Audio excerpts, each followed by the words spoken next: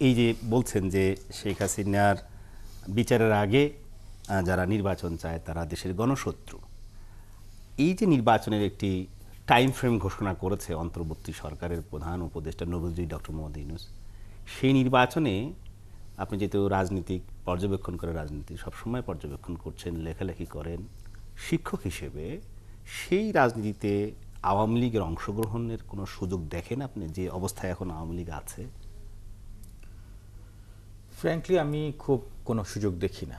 এইখানে যেটা ধরেন, এই একটা রেজিম, যেই রেজিমের ব্যাপারে এত একটা ধরেন মানুষের ক্ষোভ তৈরি হয়েছে, এত একটা মানুষের বিক্ষোভ তৈরি হয়েছে, এত পুঞ্জীভূত, যেগুলি রাজনীতিবিদদের ভাষায় তো আর আমরা বলছি না গুম খুম, এই যে সমস্ত এইগুলি না বলেও বলা যায় যে একটা একটা অসম্ভব একটা মানে শ্বাসরুদ্ধকর একটা অবস্থা তৈরি হয়েছিল। তো সেইখান থেকে যখন এই আন্দোলনের মাধ্যমে একটা মুক্তি ঘটলো এবং যখন একটা বাংলাদেশ আমরা পেলাম, যেখানে আমাদের অনেক আশা এবং অনেক প্রত্যাশা নিয়ে আমরা এই দেশটার দিকে তাকিয়ে আছি, যে একটা সুন্দর একটা সাম্যের দেশ আমরা এখন পাবো, যেইটা যে বৈষম্য বিরোধী শব্দটা, এটা কিন্তু আমরা আস্তে আস্তে ভুলে যাচ্ছি। যে বৈষম্য বিরোধীর স্পিরিট নিয়েই কিন্তু এই আন্দোলনটা হয়েছে, এবং সেই বৈষম্যের কোন বৈষম্য? এটা আমাদের দেশের সাধারণ মানুষের অধিকার,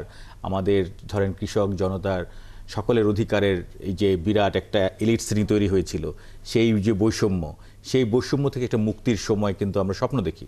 তো এখন ধরেন ইলেকশনের ছাড়া তো অন্য কোনো রাস্তা নাই। গণতান্ত্রিক প্রক্রিয়ার একমাত্র বিষয় হচ্ছে যে এখানে একটা সুষ্ঠু নির্বাচন করতে হবে, এবং সেই ম্যান্ডেট নিয়েই কিন্তু এই সরকার, অন্তর্বর্তীকালীন সরকার যেটাকে আমরা বলছি, তারা কাজ করছে।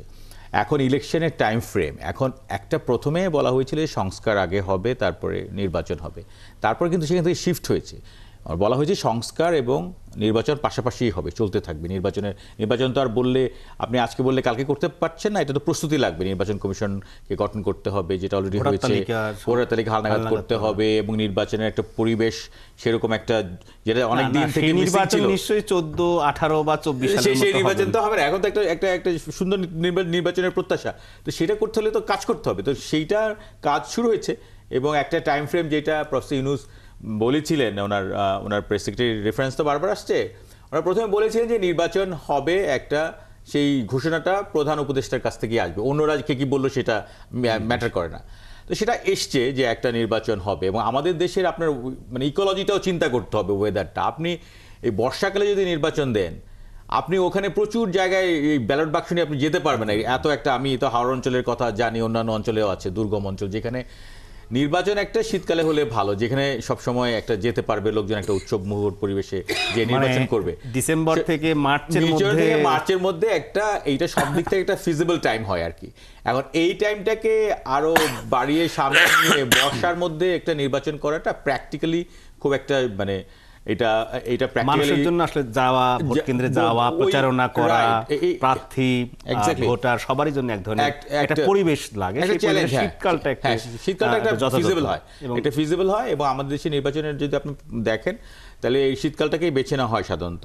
তো এখন আমি মনে করি যে টাইম ফ্রেমটা দেওয়া হয়েছে, এটা উনি বলেছে জুলাইয়ের মধ্যে, এইটা মিন করে না যে জুলাই করতে হবে, এটা জানুয়ারিও জুলাইয়ের মধ্যেই তো পড়ছে। সুতরাং আমি মনে করি যে আমরা এখন নির্বাচন তো অফকোর্স আমাদের একটা বড় এজেন্ডা, সংস্কারও একটা এজেন্ডা। সুতরাং এই দুইটা পাশাপাশি চললে পরে, এবং সময় মতো যেটা একটা নির্বাচনের ঘোষণা দেওয়া হয়েছে, সেখানে যদি একটা সুষ্ঠু নির্বাচন হয়, আমি মনে করি যে এই সরকারের কাছে সেটাই আমাদের প্রত্যাশা, এবং সেটা পূরণ হচ্ছে। এখন যেটা হচ্ছে যে আমাদের প্রত্যাশাটা যদি আকাশচুম্বী হয়, এবং আমরা যদি মনে করি যে আমাদের সব ডিএনএ চেঞ্জ করে ফেলবে সবাই, এইটা সম্ভব না। মানে আলাদিনের চেরাগ কারো হাতে নাই আসলে।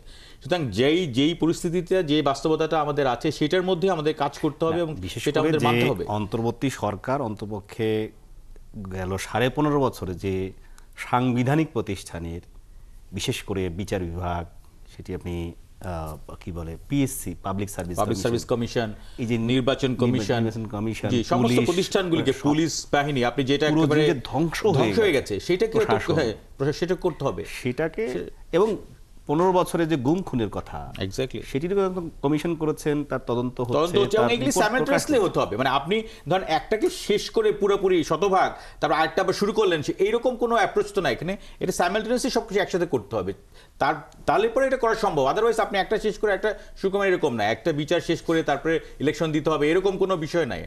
এটা না, স্যামেন্টাসলি করতে হবে। তবে প্রধান উপদেষ্টা এবং অন্যান্য উপদেষ্টা বলছেন এই কথা যে নির্বাচনের তারা কখনোই নির্বাচন ছাড়া ক্ষমতায় দীর্ঘ সময় থাকার জন্য থাকতে- আসেননি, হ্যাঁ। অথবা ডক্টর মোহাম্মদ ইউনূস তার যে বয়স 80 বছরের উপরে, 84 বছর বয়স, তিনি কখনো রাজনৈতিক দল করে কিংস পার্টি করা এই ধরনের কোনো প্রত্যাশা এই সরকার, অন্তর্বর্তী সরকারের নেই। সেটি তারা না, উনি clear সুস্পষ্টভাবে করেছেন, অনেক এটা উনি অনেকবারই পরিষ্কারভাবে বলেছেন, উনি আমরা অনেকবার বলেছেন। আলোচনায় ফিরবো যে নির্বাচনের ঘোষণা দিন তারিখের কথা না বললেও বছর মাসের কথা বলেছেন প্রধান জি। উপদেষ্টা। সেই আলোচনা আমরা ফিরবো বিরতির পর।